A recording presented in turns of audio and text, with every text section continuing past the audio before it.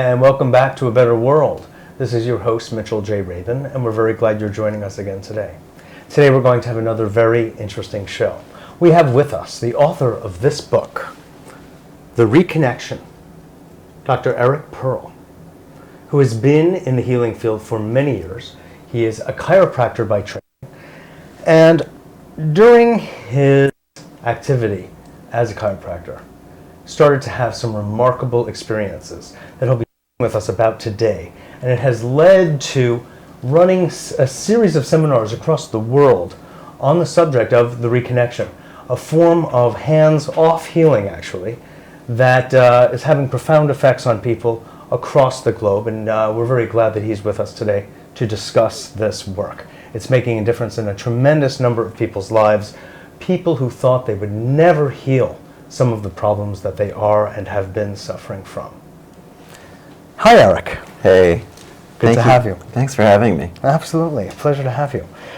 This has been quite something, a journey reading your book. I've read many books, I've had many people on the show, and I have just been amused, I have cackled, I have been awed by much of what I have read here and what your experience has been. Being basically a nice boy from New Jersey originally, and not really knowing what your life was going to consist of, looking forward to formulating what looks like one of the real cutting-edge healing technologies that people are availing themselves of, both as receivers as well as practitioners. How did all this happen? Well, I didn't exactly formulate it. I think it was formulated. It formulated me. It formulated and presented itself. I had been practicing chiropractic for about 12 years when this began. I went through a few unusual experiences. I ended what I thought would be a lifelong relationship. Simultaneously, I ended up letting a lot of people in my office go all at once because I was having some difficulties with employees and I could not pinpoint where it was coming from.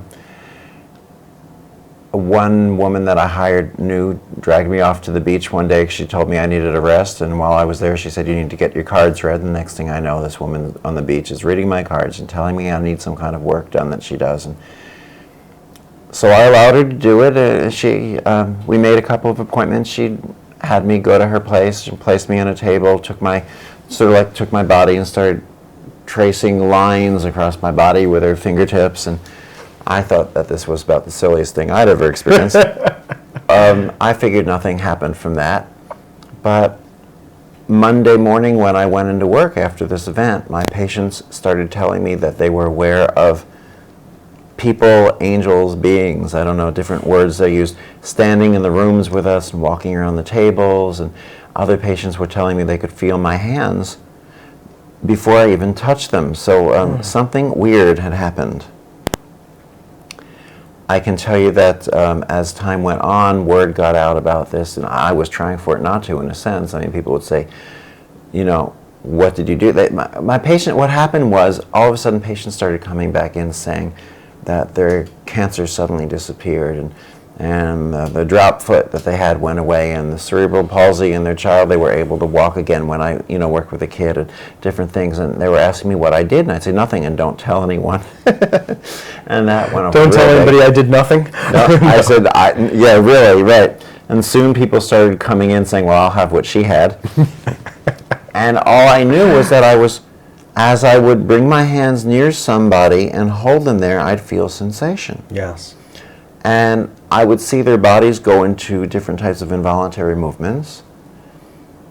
And then I would stop at a certain point, and so many people were having healings. Not everyone, but a lot of them. And it had not happened up until that point. Just boom, one day it all began.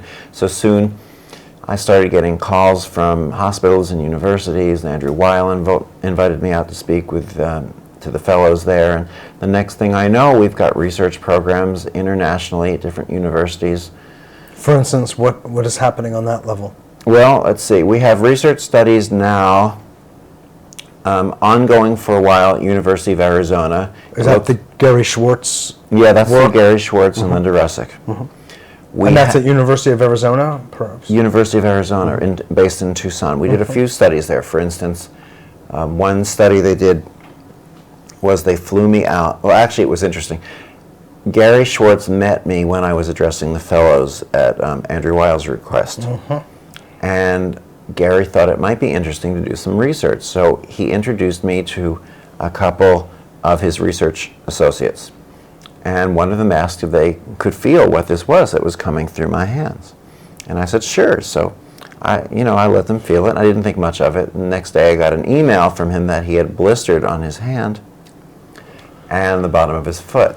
I found that I would tell my patients to close their eyes and relax for a while when they weren't looking. I'd hold my hands near places and they would start coming back reporting these healings. So one day I was doing it about a month or two into it, and my palm blistered. I mean, it was just covered with tiny, tiny, tiny little millimeter-sized blisters. God. So this happened. Had that ever happened to you before? No, I used to be relatively normal. I don't know where this was coming from, but it blistered, tiny little millimeter-sized blisters that lasted maybe 3 hours.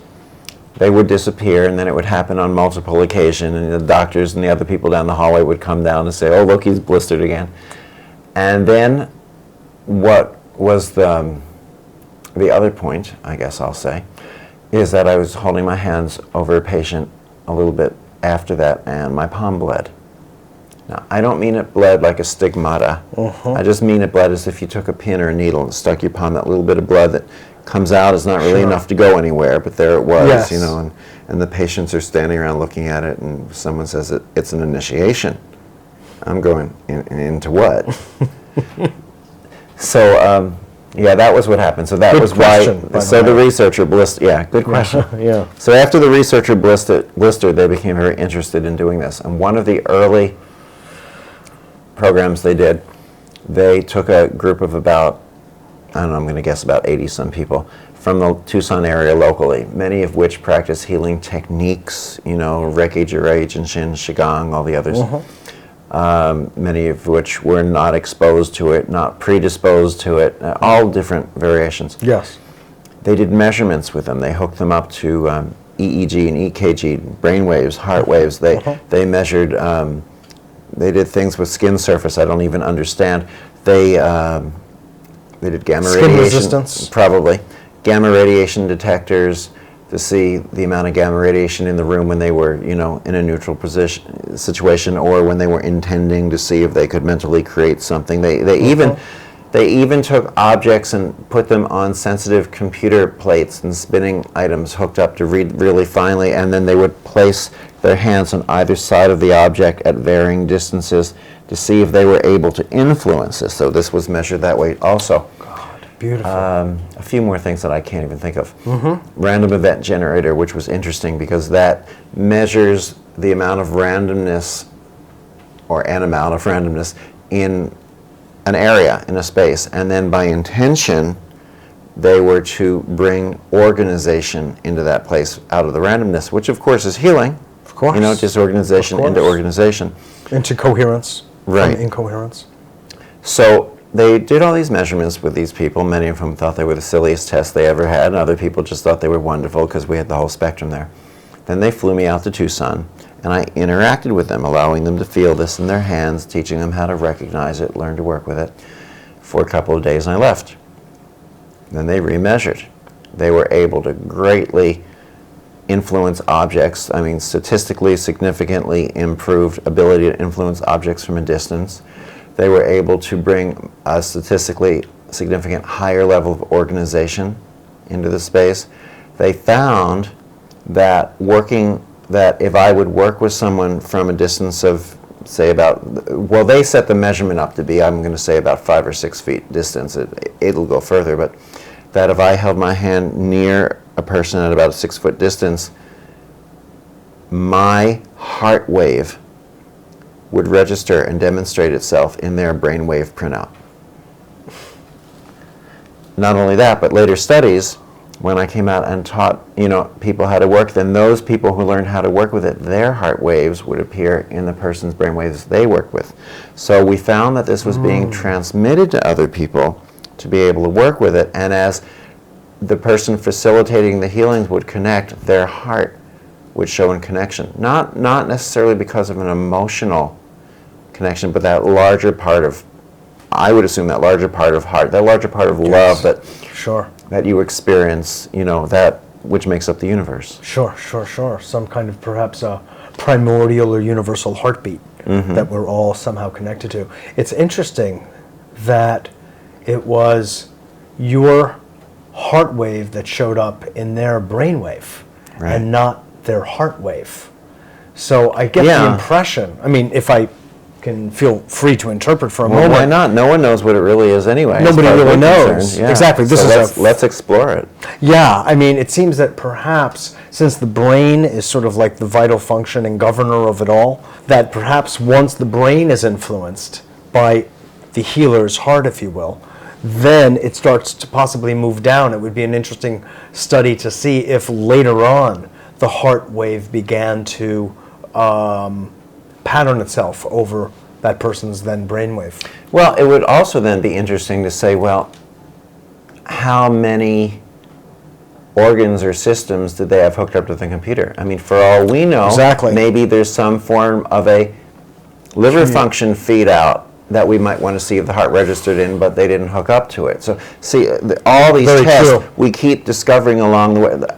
It's interesting because the common sense thing towards discovery in science is first to recognize that we don't know something so we can explore. The first step towards advancing as a healer in any level is to be able to say, I don't know. Because if you can say that, you can say, well, I don't know, it seems as if it could be this, and this makes sense, and I could step back and understand it in this fashion. Yep. But most of the people out there doing technique healings, Reiki, Jinshin, all the others, are following recipe books and answers that were given, that were passed down. Well, so-and-so said this, so it must be true.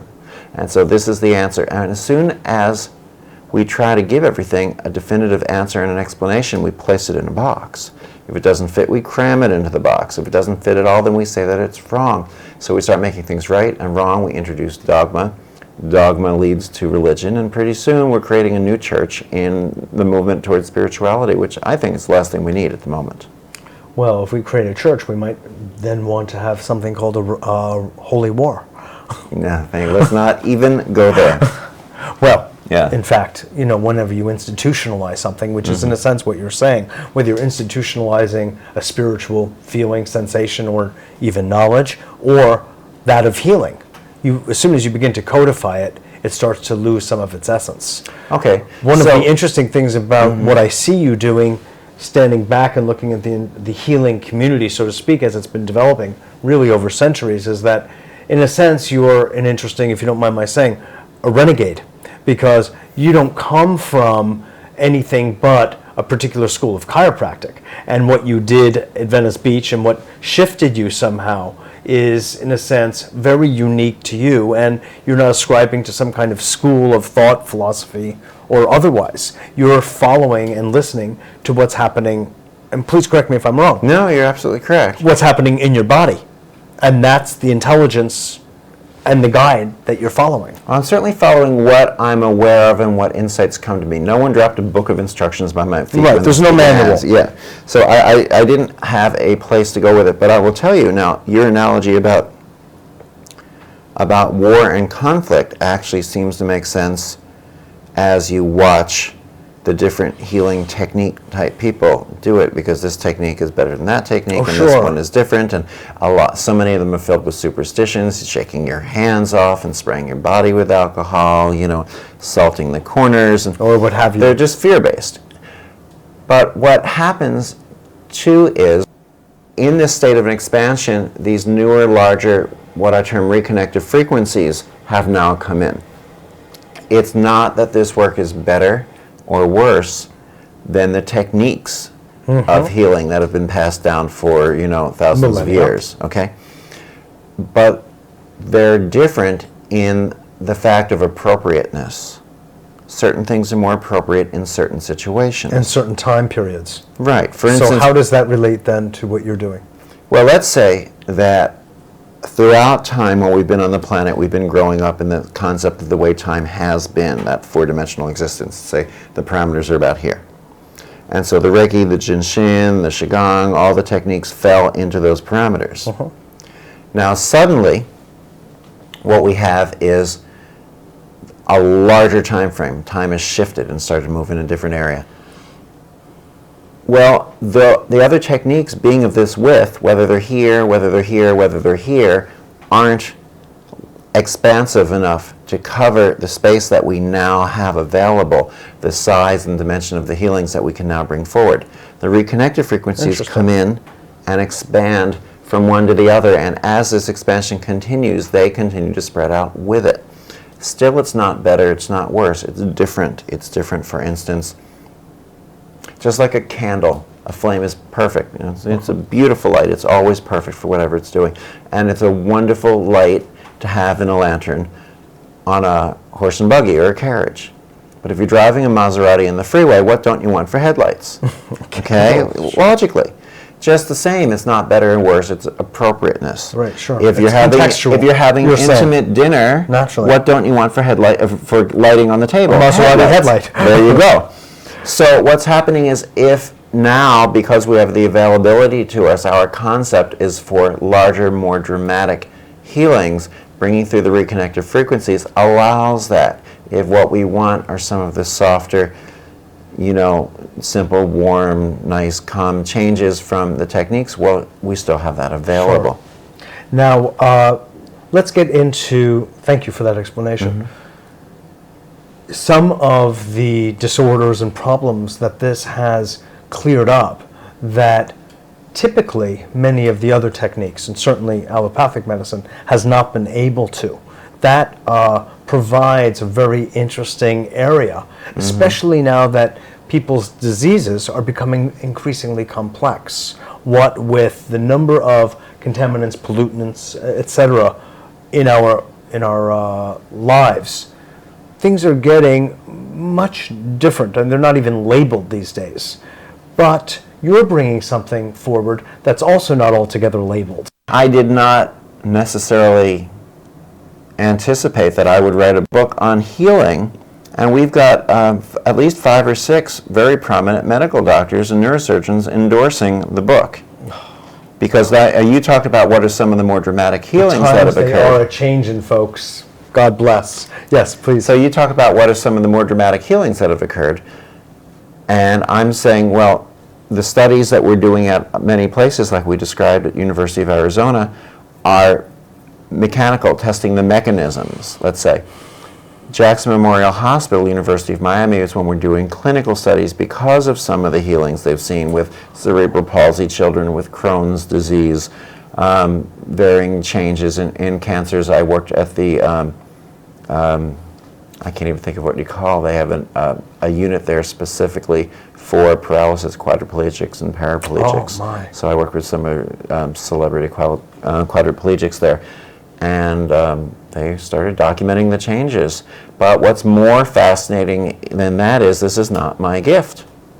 This is a gift that I can give to others, and you can do it once you find it and recognize it as well, if not better, than I can. The people who have attended the seminars who are now performing the healings on their own, just telling me about them. So I'm calling them all together because that, to me, is going to be part of my next book. We don't need to hear about the healing stories that happened with me. Let's find out what happened with other people, because to me that brings home the reality of the mastery, that it's something that we all can do, because we're moving into a time frame. Totally. There's no concept, there's no reason to have a guru somewhere when we can all move to a new level. This is not about healing the way we think of healing as getting up out of a wheelchair or regaining your vision. Yes, these things happen. This is the package that it came delivered in. It's like the scent that calls you, that attracts you. But there's something larger going on with this. I feel, and although I said I would never say it out loud, and I did, and I'd never put it in print, and I did, and here I am talking about it again, that this is about a restructuring of our DNA. Those are the strands. Different than the strings, which we won't even touch today, but those are the strands. It's a restructuring of our DNA. It showed up originally to meet our consciousness in the form of healings, intermittently reinforced healings. So many people would have healings that everyone started to come from all around the world to my little office, and then soon to learn how to do it. And so many people are geared on saying, I can help people have a healing. I can do this. Watch what happens. See, you've regained your sight. See, you can move your legs again. People think it's that, but it is truly the restructuring of the DNA. I just think that it comes in the package of healings because it wouldn't draw the same number of people if you hung out a shield and said, hey, come get your DNA reconnected here. But it was only a couple years ago that I found out about string theory, meaning parallel planes of existence. For instance, we're sitting here doing a television interview, and there could also be a cocktail party going on in this room and an episode of Divorce Court being filmed, and none of us see each other, and then there could be another group of people, and they see us and we don't see them. People who interact with us feel hands on them, see angels and entities we've never heard of, yet many of them see the same ones, and we've never heard of them. They're not existing in literature. Somehow or other, we are transcending our senses. We're becoming transsensory beings in this. We're smelling scents that are not in the room for others to smell. We're feeling, for instance, when all of a sudden that you felt the color work its way up your body, and suddenly you were feeling the heat and seeing the sun beaming solidly in one area on your head, except the shades were down, it wasn't there. That's right. So it was there, but it wasn't there. I was referring to, if you might, just for clarification, when he was doing work on me or with me, I had a very definitive sense of yellow and orange sun coming up that I felt. It wasn't just that I saw, which I did too, but I felt the color up, moving up through my chest and head. Correct, but now someone else sitting in the room wouldn't see it. No. It's not on this plane of existence. Surely. It's on a parallel plane of existence when this comes about. So are the hands that people feel touching them, the people they see. We are now opening up in this shift in time to be able to communicate with the universe on a larger level in its fullness. Two of the things that make this very different are, one, you don't send energy. As I said, this takes you way beyond any of the energy techniques you've learned. Many people, a seminar that I gave last weekend had about 200 people in there, about 40, 50 were medical doctors, some were nurses. Other people are just computer techs, but a large number also are master practitioners in Reiki and Jinshin and Qigong, coming to move to another level because they realized that they learned the healing techniques not because they wanted to become a master of that technique, but because they wanted to become a healer. And that means if you stop at a certain level, even if it's mastery of a technique, you've stopped your ascension, continuing towards their path. So they're coming in for this aspect. We don't send. What happens is you go into a state of receiving. I feel what's happening. Feeling is listening with a different sense. And in receiving, I am transformed and you are transformed. I don't send this, I become this, and this becomes me. You become this becomes you. And that's where the healing change happens. In Kabbalah, the root word of Kabbalah is the kabel, to receive, which I did not realize until much later. Then I found out another meaning for that root word is parallel, the parallel planes of existence, the string theory. Very interesting. Pretty weird, isn't it? So those communications that were made to you in your office from the work you were doing with your patients, almost all of whom have never done anything called channeling. No.